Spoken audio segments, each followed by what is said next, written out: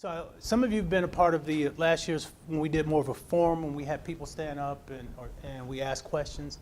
But with our speaker today, I wanted to go back to where he would be allowed to talk to you about his background, his experiences, and his leadership moments. I like to call them moments. So I'm going to do that. And he asked me to keep this short in his introduction. But one of the things I appreciate about Kevin Boyce is how early he started his leadership march. So I'm going to start with his earlier years and then talk to you about the 4 elected positions he's held. All right. So my name is Orville Johns. I'm the director of Domestic Relations Juvenile Court. And our speaker started at a very young age as executive director of legislative what was that, Kevin? I did it again. Ohio Legislative Black Caucus. And I remember him then because I was surprised that they gave someone so young that role. And I believed him, but I just didn't understand what that role would be. So he moved on from there also. In that role, he was acknowledged on a national level for Ebony Magazine. He received an award for under 30 for leaders under 30 years old. Nationally, so they only chose 30 leaders nationally, and Kevin Boyce was one of those. So I was impressed with him at that age. He's active in his church and his community. He's always worked with youth. I've seen him speak on whenever you asked him. If I asked him to sit down and say, "Kevin, can you come up and speak?" he will be able to do that. He's given some talks to young people that's inspired them, and what I wanted him to do today is just talk to you about some of the things that he's done in his leadership role. He was executive director of Knowledge Works Ohio, where he was focusing on public education and the public education system, and that was more of a statewide level, even though he was here in Columbus. That organization was out of Cincinnati, and I remember them recruiting him to take on that role. And from there, Kevin was also spending 8 years as city council member, Columbus City Council member, and he was the chair of the Finance Committee. He went on to become the treasurer of the state of Ohio. That was impressive, again, very young age. I think he probably was the youngest state treasurer for us. He did some great things there, and I again, watched his development there. I was working as a banker at that time, and so I worked with their office a lot. He moved on and became Ohio State rep for the 25th district. That district is over near Mount Vernon. Some of you guys, if you know, Near East Side, and they were building up the Near East Side. He was instrumental in making sure they got the funding, making sure legislation was put in place to highlight that growth. And if you have not been back over there since, housing developments and community developments, schools, roads, everything has been improved over there. And we really do appreciate the work you did over the Near East Side. I did all of that. Sweat equity. He does. It was all sweat equity. But he also focused on, and while he was in that role, he was on the committees involved in the community, finance, and higher education.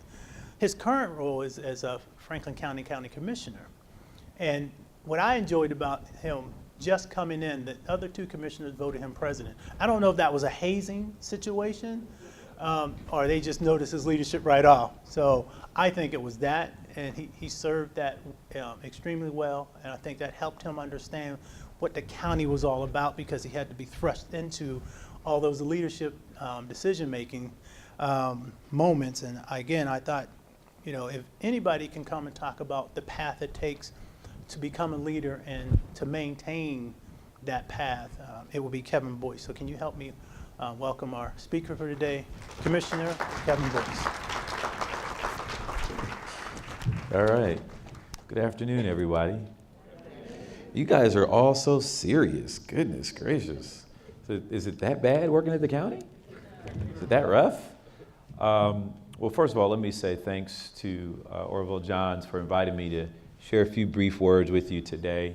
I'm so grateful to be a part of the Franklin County family, and what I've learned in 2 years serving as county commissioner is that the work that you do in your respective departments, divisions, or places is so critical to the quality of life of the citizens and people who live and raise their families right here in Franklin County. So I want to just say to you, thank you for what you do.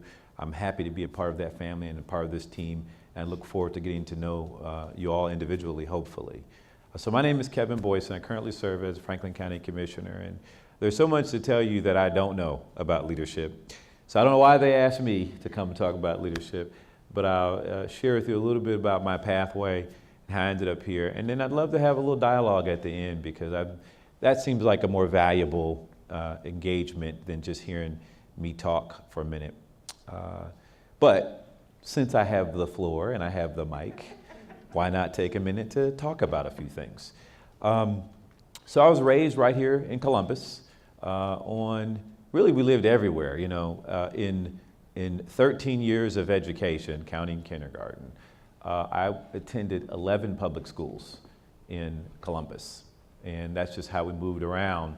And it was kind of a turbulent time in my life. So I'm 47, so that means I grew up in the 70s and 80s. And I have a lot of memories from that time. And as I think about decisions in leadership today, I often reflect and think about my youth and how I became the person I am today. And what I mean by that is my perspective, my opinion, you know, the decisions that I make, the priorities that are in my life. And they're really rooted, like all of us, in how we were raised, the experiences that we've had, and how we've come to sort of see the perspectives that we do. So for me, it started off at a very, very early age. And probably the earliest memory that I have in life is when I was about 7 years old. We lived over in a place called Greenbrier, which today no longer exists. If you know where the Afrocentric High School is, it used to be a housing complex, a housing project, way, way, way back in the day. And I was 7 years old, so it was 1978. And I remember one morning in the fall, getting a knock at the door. And my sister and I were in the living room in the apartment, and we were playing with some oranges. And we'd just gotten a basket from one of the charities of fruits and whatnot, so there were oranges, and we were pretending to juggle. And we couldn't juggle, so we were trying to, you know how kids do. And, pardon me, and there was a knock at the door. And it was my aunt. She lived a few doors down, and she quickly grabbed my mother and hustled her into the kitchen. I could hear my mom fall to her knees crying a few minutes later. My sister and I were wondering what was going on. A few minutes later, my mom came in the living room and set my sister and I on her lap and shared with us that my father had just been murdered. Now, here's a guy who did 2 tours in Vietnam as a Marine, only to come back to his own neighborhood and own community to have his life taken by somebody that looked just like him. And while I was 7, I wasn't thinking about, oh my gosh, one day I'm going to run for office and change the world. I always think back to that point as one of those tipping points in life that Malcolm Gladwell talks about, that every moment thereafter is very different. At 7, you don't really recognize what's happening, the transformation in your life, but as I reflect and think back, I certainly know that was a very important day. And so my mom had shared with us that my father was killed. There was a lot of chaos, a lot of everything thereafter. For the next several years, my mother would struggle with substance abuse, other issues and challenges all stemming back from that. My older brother had some issues and ended up in an institution for a long time. And we were just surrounded by a lot of bad things. My mom worked really hard to overcome those things, and she did. She did a great job of that.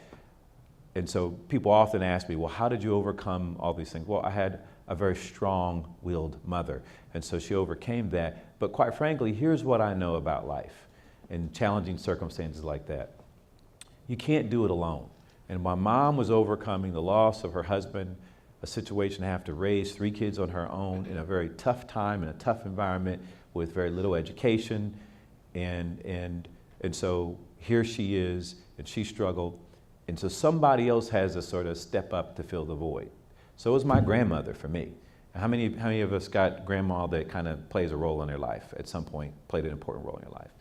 So my grandmother was that person for me, not really just me, but for our entire family, quite frankly. And she really was the love of my life. And passed away a few years ago, and really just left another void in all of our family's life, because that's the kind of person she was. And I'm going to circle back around to that, because I think it's really meaningful for us to go through life and have an impact on other people outside of our sort of self-interest.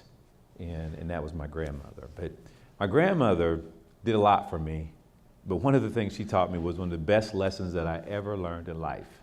And you know, like most 16-year-olds or most teenagers, you know, you think you're hot stuff. And so I was no different. I was an athlete in high school and was on the basketball team. And I remember going to her and asking her to help me buy a new pair of tennis shoes. And my grandmother was a very smart woman, a very hardworking woman, but she was also very diligent with money. And so if you knew her, she was a penny pincher, and she could make anything work. You know, with a little bit of money, a little bit of management, a little bit of focus and discipline, it always worked for her. And so I went to her and I said, Grandma, I gotta get these new shoes. They're the Air Jordans, they're the best ever. When I get these shoes, I'm gonna be dunking out the gym. I'll be the top basketball player in Central Ohio. And my grandmother looked at me and she said, okay, let's go, right now. I'm like, oh, let's do it. So she grabs her keys and her wallet, and boom, just like that, we're off. In the car, feeling good. I'm excited, she's excited. A few minutes later, we pulled into Town and Country, where they had just opened a Big Bear grocery store. My grandmother took me inside to fill out a job application as a bagger. And she taught me one of the most valuable lessons that I would ever come to know. And that's, if you want something in life, perhaps someone will provide the opportunity for you, but it's up to you to take advantage of it. And it's lessons like that and many, many others that my grandmother shared with me to help really instill what I would say are principles in leadership, things that help me be able to make decisions on behalf of over 1 million people and feel confident and good about what I'm doing. And know that I won't always get it right, but I always do the right thing. And the other part about it is, you know, there is no formula to leadership. There's no magic sequence or no magic process that allows us to get it all right every time. It's really a culmination of experiences, perspective, and will. It's things that internally we have to just innately feel and know are ways we want to go forth. And so, for example, as a commissioner, you know, we're not endowed with all the intelligence in the world or some skill that allows us to make big decisions quickly and do things.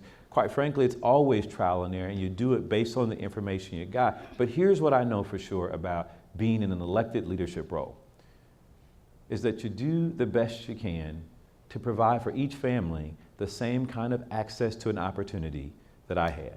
And it's up to us, it's up to you, it's up to our families to take advantage of that.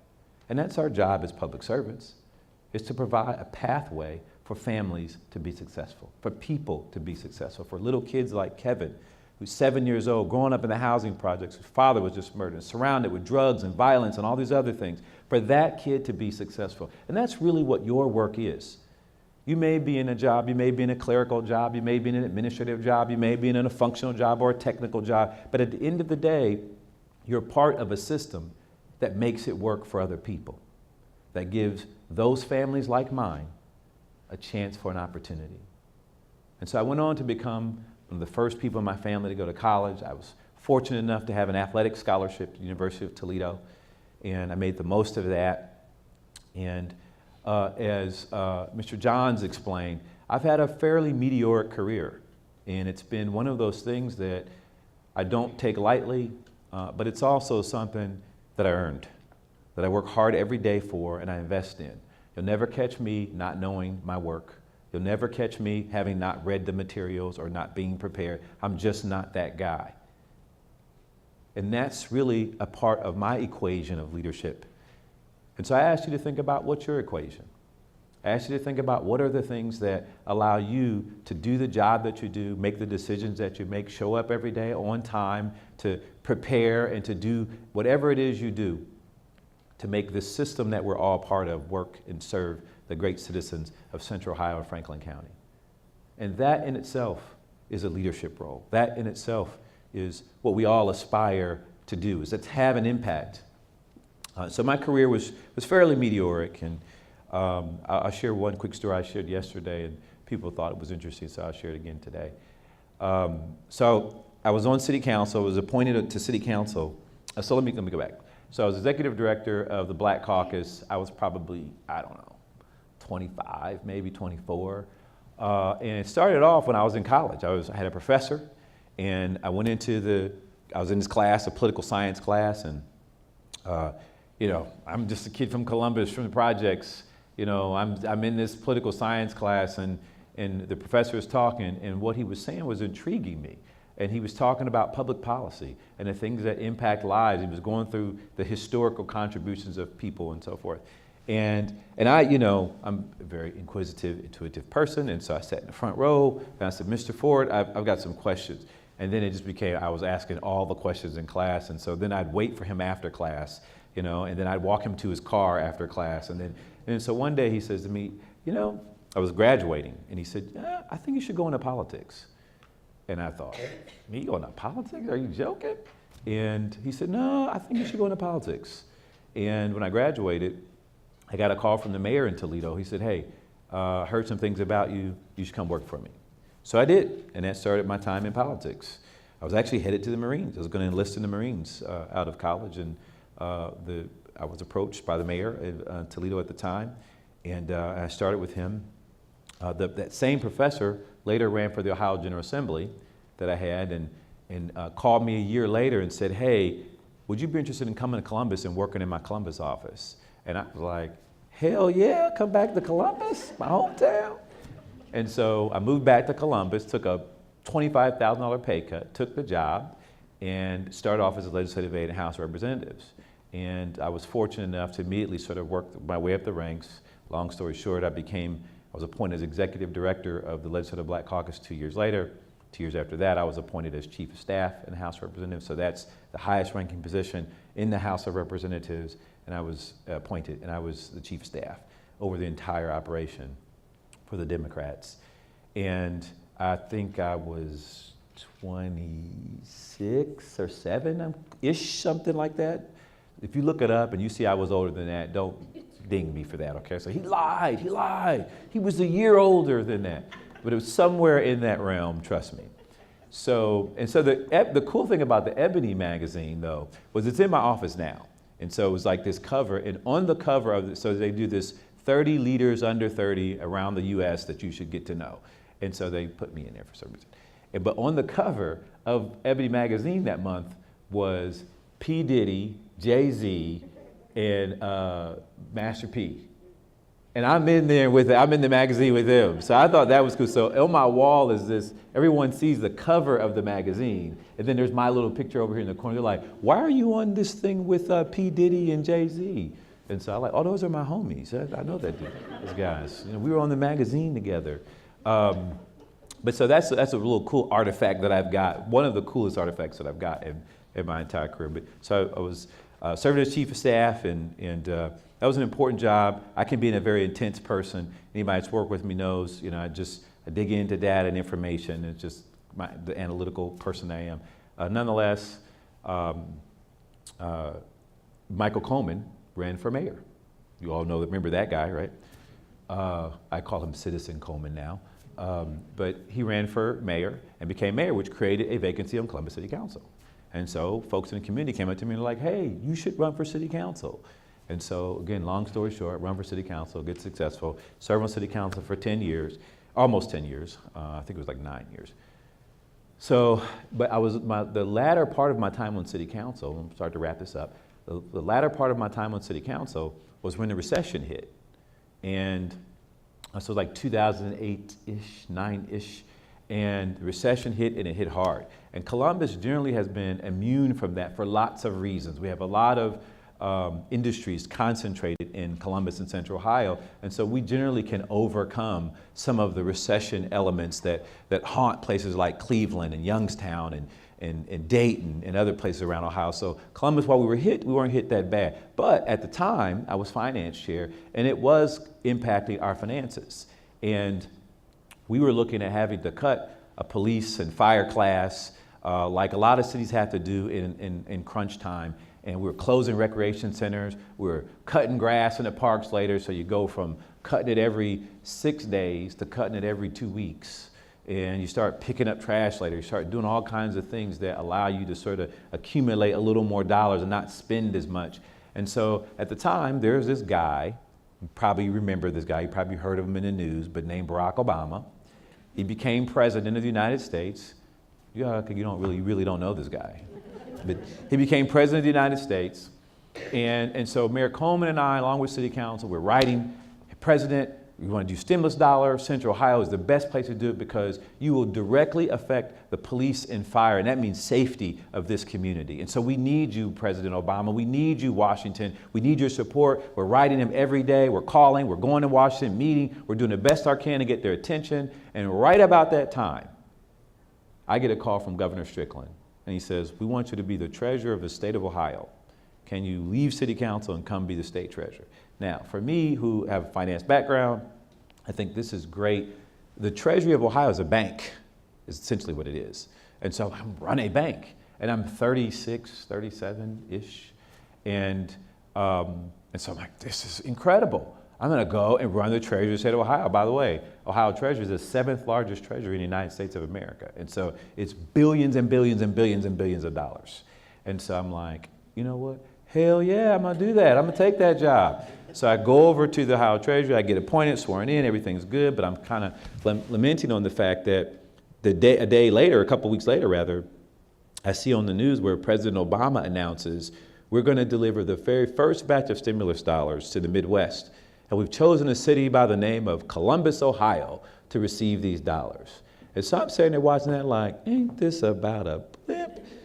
You know, they're gonna have, and Coleman and all the council people, they're gonna get all the credit. I fought for that money too. I fought for get him here. I was one of the very first people to endorse and support Obama. I wanted credit too. And so, mad, I get this call though, my phone, I'm in my office, and my phone rings, and it's a DC area code, it's 202. I'm like, I always take those calls. So I'm like, hello, Kevin Boyce. And it's like, Mr. Boyce, this is Carol from the White House. I'm calling on behalf of the president to let you know that congratulations on receiving the stimulus dollars. And Columbus, Ohio is going to be one of the very first cities in America to receive the very first batch of stimulus dollars. And he wanted to invite you personally because you were so helpful in advocating for Central Ohio to receive these dollars. And so, will you be there? And I was like, hell yeah, I'll be there. Yeah. So I get my staff, I'm treasurer, so I got 150 people that work for me. So I get my senior staff in there, I'm like, the president's coming to town. He's invited me because I did all this advocacy for this money. This is great. This is awesome. I'm taking everybody with me. We're all going to go. We're going to meet the president. It's going to be great. It's going to be a wonderful time. Let's get it going.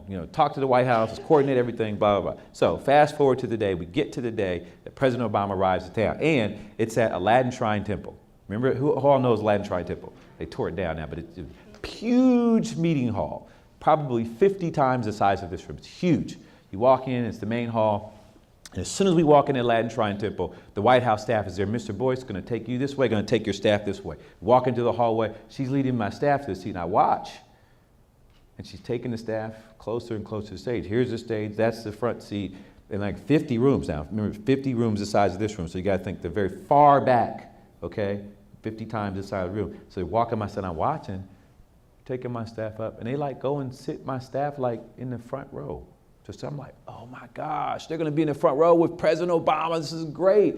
And by the way, when Carol called me, she said, hey, the president is inviting you to come and be a part of this, and he wants you to be in the clutch. And so you're thinking, what I was thinking, what the hell is the clutch? But honestly, it could have been a fiery pit. I would have gone because it was President Obama. So we get there, they take the staff to the front row, I'm watching, and I'm thinking, man, they're in the front row to see the president, the first African-American president, deliver the first stimulus dollars of Central Ohio, and I'm in the clutch. And so where's my seat gonna be? She takes me to my seat, and it is literally the furthest seat possible from the stage. It is in the very back row, right next to the restrooms, right next to the exit doors, and I'm like, what the hell is this? And so I'm sitting there and I'm thinking, this is some I ain't gonna say that word, but I was like, man, this is messed up. And my staff, I said, did they get this wrong or something? What's going on? So I, being the kind of person I am, I just got up and went and sat in the front row. I was like, I'm just going to go upstairs in the front row. And so I go and I sit down. Other elected officials there were like, hey, what's up, man? Hey. Secret Service tapped me on the shoulder. They're like, Mr. Boyce, we're going to need you to go back to your seat. You're in the clutch. And so, I'm not going to mess with the Secret Service. I go back to the back row and I sit down, but I'm clearly impacted by this. I'm clearly upset. I got my arms folded. I'm like, my legs are twitching and everything, and I'm upset. And my staff is looking like, oh my God, what do we do? And Carol comes over to me and she says, Mr. Boyce, you're in the clutch, and so you can't move. And I'm like, Carol, what the hell is the clutch? And so Carol explains to me that the clutch is a place where the Secret Service puts you so that after the president speaks, they can get you quickly behind stage so you can actually meet him and shake his hand. The clutch is a place it happened to be next to a door that led to a behind the stage sort of pathway to get back to the president really quickly. And so I looked there and I said, you know what? You're gonna have no more problems out of me tonight. I'm gonna sit right here, And so it was I met the president, little extra here. So I'm back, they get me backstage, and backstage is the beast, the limo, the president, it's on the stage. So here's the stage, and if you could go back behind this wall here, there was another part of the stage, and the beast is actually back on the stage. And so I'm standing next to the car, and I can see the presidential seal on the door. So they're stand right here, he's gonna come out, and you stand right here, he's gonna shake your hand, and do it. And so I'm like, rubbing, I'm touching the beast, And so it was really neat. Congresswoman Beatty, and she's gonna get me because this is on YouTube, but I love you, Congresswoman Beatty. So Congresswoman Beatty is also there. She said, yeah, I know. I just flew in on Air Force One with him too. And I'm like, did you get some stuff? And she was like, yeah. She's like, I took some stuff off of Air Force One. I was like, what? She pulls out a little bottle of hot sauce with the presidential seal on it and a bag of M&Ms with the presidential seal on it. I was like, that's cool. That is really cool. So we both had really nice moments there. Being in the clutch, just quickly as a wrap up, as I shared yesterday, the clutch is really a metaphor in my mind. And for me that day, it was a point of access to an opportunity to meet one of the most fabulous people in the world that you could ever meet, and that's Barack Obama, a man who not only was the first African-American president, but really had changed the game, if you will, for American history. And so meeting him was really a big deal for me. And so it was my opportunity to access. But I see the clutch as a real metaphor in life. And I've been in elected office a long time, and what I know for sure is there is no magic wand, there's no button that we can push. I do not have all the power in the world to just change what I want to change and make a difference. But here's what I know for sure, that our job as elected officials, your job as public servants, our job as a collective institution, Franklin County, our job is to make it so that those families, the little Kevin Boyces out there, have their own opportunity to access. And that's what we do. To me, that's what leadership is. It's investing in the idea that a rising tide lifts all boats. And that's what it means to be a part of a government institution. We can't solve all the problems. We can't make it all go away. But our jobs, whether you're a technical person, clerical person, administrative person, manager, or whatever it is you do, you are a part of a system that works to create those opportunities for other families, other people, other men, other women, the kids that have lost their way, the people that have lost their way. We are that pathway. And that's what leadership is, to provide everyone with their own opportunity of access to the clutch. And I challenge you to think of your job in that way. I challenge you to challenge me as an elected official in that way. That if we can't solve all those problems, if we can't move the needle that day, that we wake up the next day trying to do it differently, trying to do it better, trying to make a difference so that those families can just have a chance for a bite at the apple. That's our conversation right now we're having around poverty in Central Ohio. That's our conversation we're having around affordable housing in Central Ohio, access to jobs in Central Ohio, access to quality and affordable health care in Central Ohio. And you are very much a part of that. And so I challenge you to help us do it better. Do it better than we did yesterday, do it better than we did last year, better than we've ever done it for Franklin County.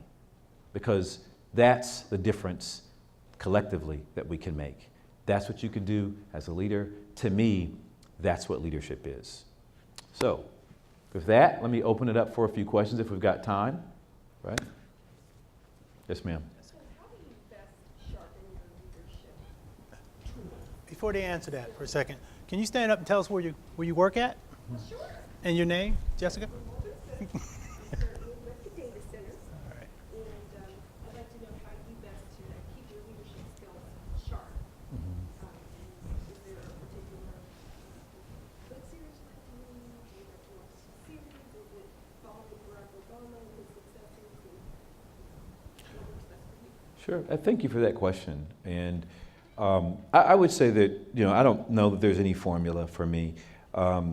I just try to be a good person, try to be a better person each day. And one of the ways I try to do, I try to take care of myself physically, that allows me so I don't always eat right or always exercise, but I try to keep it as part of my regular regimen. And it allows me to sort of feel better physically. So that's the first way. The second part, we're thinking of ways to help others do that as well, and whether it's employees of Franklin County or citizens of Central Ohio. But the other thing is keeping an open mind. I think if there's one thing that I've learned over the years in leadership is to never walk in a room with a predetermined opinion. That often you've got to listen to the information that comes your way. And oftentimes, and I'm a big believer, my staff will tell you, when there's an important meeting we've got, I want to see the information beforehand, not because I want to have a preset opinion, but it's because I want to make sure I understand all the facts, the information, so that I can make an opinion. And sometimes I'll read something and I think, I feel myself formulating an opinion, but I'm disciplined enough to walk into the room and change that opinion, let it be open to the opinions of the people who are presenting it to me and sharing information. So I think if there was one thing I would encourage you to do is always come into a room with an open mind. As for reading materials, that's always good. I have to be honest with you, I'd be lying if I said I was a big reader, only because I don't have time. I probably do 5 books a year, maybe. Last year I think I read 3. And so it's just a time thing. But there's not been a time where I've not read a book and don't feel renewed, rejoiced, or just feeling more confident about what I'm doing. The other thing is I'm started writing a book myself, and it has allowed me to be much more reflective about the things that have really influenced me and drive me each day. And it's part of a problem because you start on the book and then you just go down these paths and you get stuck. Nonetheless, I would encourage you to write a journal, because I've learned from writing this book that it really allows you to think through your experiences and develop perspective that help you in your leadership decisions each day. And the name of this book is Being in the Clutch. Maybe. Any other questions? Yes, back here in the back. I was wondering if you could tell us what your day, what are some of the most important things you do as a county commissioner? Oh my. She asked, what was the question? What do you do important in a day as a county commissioner? Well, I'd get my phone and give you the schedule. There's a lot we do. This morning, let's talk about today, see how today went. We started off this morning at 9 a.m. We had what's referred to as an executive session, where Ron O'Brien, the county prosecutor, came in with a law firm that's representing us on the opiate lawsuit to brief us about a very serious decision that we've got to make with regards to Franklin County. The decision, let's call it a multi-million-dollar decision. And so we were briefed, given the information, and then we are not allowed to make decisions in executive session. And so basically you're just given a bunch of information. And so we started off that way. That meeting was about an hour. Then we went into our what we call briefing on Thursdays. And briefing on Thursdays is where your department, your respective agencies that you work for, all come to, because we oversee all of your budgets. And so they come to us to say, here's what we need to spend money on, is it okay? And then we say yes or no. And so the briefing is to prepare us for what is Tuesday, for the actual passing of those resolutions. But we did that, everyone came through. Then I had a series of meetings up into this speech. I had a series of different outside entities coming in, either asking for money, giving us for feedback on how their program or project has gone that we funded, or just trying to connect with Franklin County. And then I had this speech, and so my staff came busting in my office and said, you gotta go, you gotta be downstairs in 2 minutes. And I was like, oh, I guess I should think about what I'm gonna say then about now.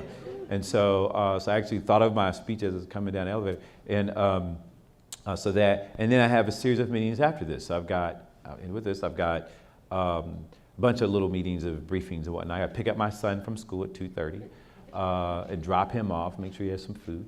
And then we got to go to Monroe County today because we're doing what's called a joint ditch petition, which is a real funky way of saying we're going to probably eminent domain some land because there's drainage issues and they're going to be building some things. And so we're going to go in and sort of do a process that allows the community to know. So that'll be this evening. So my day will go all the way up until about 6 or 7 this evening, and this will be an early night for me.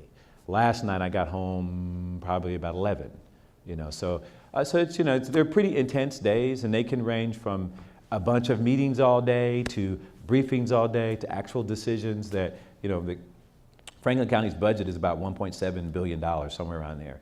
And so we do a lot in a day or in a week. Microphone. Hi, my name is Rochelle Randolph, and I'm the program coordinator for the Restorative Justice Circles program at the juvenile court. Okay. And I would ask you, what are a few tidbits that we can use with our youth to help them to get and stay on the right path? Because we deal with youth that have, in the diversion program, that have first-time misdemeanor offenses, so we try to keep them out of the system. Man, that's a complex and hard question. One thing I didn't share with you is, when as a youth, I had maybe several run-ins with the law, but I had one that was really, really serious. When I was 14, there was a kid getting bullied at my high school. I was on the football team at the time, and so we were on the activity bus coming home. A friend of mine I grew up with, and he was getting bullied. And I kind of jumped in to defend him with another guy whose brother was kind of a known gang leader. And so he and I got to jawing back and forth. My brother was also in a gang. And so, you know how it goes. You're on the school bus, you're talking stuff, and it's like, all right, we get off the school bus, man. We're going, so you get off the bus. And so, I came out, I was like, let's do it, And so we're going to fight. Long story short, his brother comes around the corner in a car, bunch of guys, they jump out with baseball bats and just start jumping on me. So it's like 10 guys just beating me up. I'm 14-year-old, and they're just beating me up with baseball bats. My brother just happened to be driving down the street too, and with his buddies. And so he sees it, they jump out, a whole gang fight. Turns out a couple guys get stabbed and hurt really bad. We all got arrested, taken down. And so I actually went on, I don't know if it was trial, if they call it, but whatever the juvenile system does. And so long story short, I was put on probation. I had all these teachers come in and say, yeah, these guys, but this one, you need to think about. He's a good student, good grades, doesn't get in trouble. And the nature of the case was I was taken up for a guy who was getting bullied. So long story short, I was in the system. And I think there is a fine line between what happens to our young people getting sort of trapped in a system and maybe having a way out. I ended up I think about this often, about the things that allowed me to overcome that system. And I think it's things like the recreation center I went to in the evening, where I learned that I could run faster and jump higher than everybody else. It was a coach or a mentor that saw something in me to pick me up every day at my house and drive me to the center to make sure that I got there, and gave me food and made sure that checked on me and talked to me. And so thanks, James, or Mr. Howard. or going down the list of teachers and people who stepped in to fill that void, like my grandmother and so forth. But I think your question is a good one. It's a question that we really have to dig deep to ask ourselves how, when a young person gets kind of linked to this pathway, and then statistically what that could mean, how do we divert that? And I think it's part of a broader system of giving them pathways to other opportunities and exploring what might be their strengths that are uncovered, that are not uncovered yet, so that they can see a different pathway in life. And so for me, I can remember thinking when my father died, I just don't want this life. You know, I don't want to see this kind of stuff. And I thought, I think I'm gonna just, go to school. And I think I'm gonna just try to keep my head down and see those guys over there doing drugs. I think I'm gonna go that way. And so it just had a different effect on me. And so we gotta find a way, that's what worked for me. But we have to find a way to really, I think, capture some of these young people and provide for them individually. And there's no sort of formula to it. I think every time we get into here's what we're going to do for every kid, I think what happens is we lose the idea that everybody in this room, you look different, you've got different heights, different sizes, different hair, different color, shape, and so is treatment in many ways. We have to find a way to sort of zero in on what's special about you that hasn't been uncovered and what is your pathway to a clutch for you. And I just think that's a thoughtful question and something that deserves a much more robust investment. Our poverty conversation, we're digging into this a little bit because we see statistically that some of these things are linked to those resources. And so we're trying to be thoughtful about that. What can help that single mom now raising 3 kids, living in a housing project, what can help her be more successful? Because I tell you, my mom, great mom, she worked really hard, did what she could, but she didn't emphasize school with us. She didn't have time. She was just trying to keep a roof over the head, put food on the table at night. And so if you didn't go to school or if you didn't do your homework, that just wasn't something that she could do. She had the capacity to deal with. And so we've got to find ways to, because that's part of the issue. I was lucky. And so we got to find a way to sort of make more systemic that when that happens, there is a catch net for that family where we can provide that mother and that 7-year-old or whatever with some resources that will allow them to be the best that they can be or be better than maybe what the statistics say they will be. Thank you for coming and giving me a little bit of your time today. I don't know if I'm a good leader or not, but what I'll tell you is I know that collectively and working together, we can be leaders for this community. We can move the needle. We can make Central Ohio a better place tomorrow than it is today. And I sincerely mean that. Look forward to working with each of you and hope I get to know you someday individually. God bless you. Thanks for having me today.